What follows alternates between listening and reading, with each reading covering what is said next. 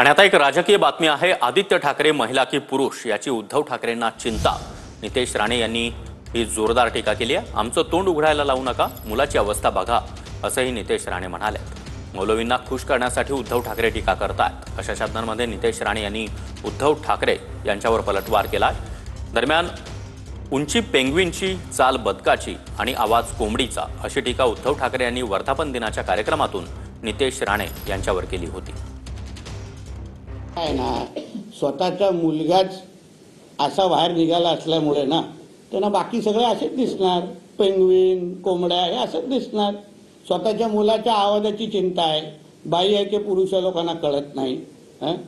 म्हणून आमचं तोंड उघडायला लावू नका, पहिला स्वतःची मुलाची अवस्था बघा। आणि हा राग माझ्यावर येणं अपेक्षित आहे ना, कारण का डिनोबद्दल मी माहिती देतोय, आज एवढा शिवाशाप दुसऱ्याला द्यायची गरज भासली नसती। म्हणून मला अभिमान आहे की मी हिंदुत्वाचं काम करतो, हिंदू समाजाचं काम करतो, आणि म्हणून मुल्ले मौलवींना खुश करण्यासाठी नितेश राणेवर टीका करायला लागते, हे माझ्यासाठी मेडल आहे ना।